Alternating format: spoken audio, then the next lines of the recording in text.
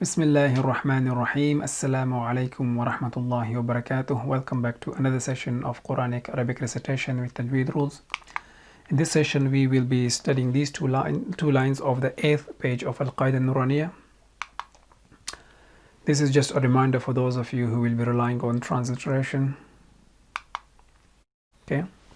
So the first letter is Kha, the second one is Z. Kha, Z. Kha, Z. This is another way of writing Ra. Ra. Ra.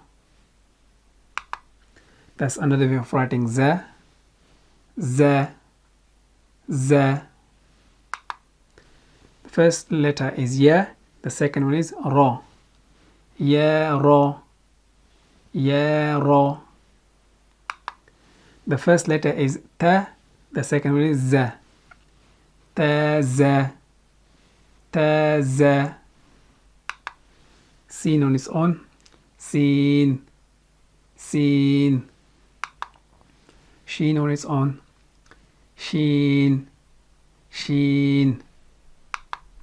The first letter is Seen. The second one is Lam. Seen, Lam. Seen, Lam. The first letter is Sheen. The second one is Lam. Sheen, Lam. Sheen, Lam.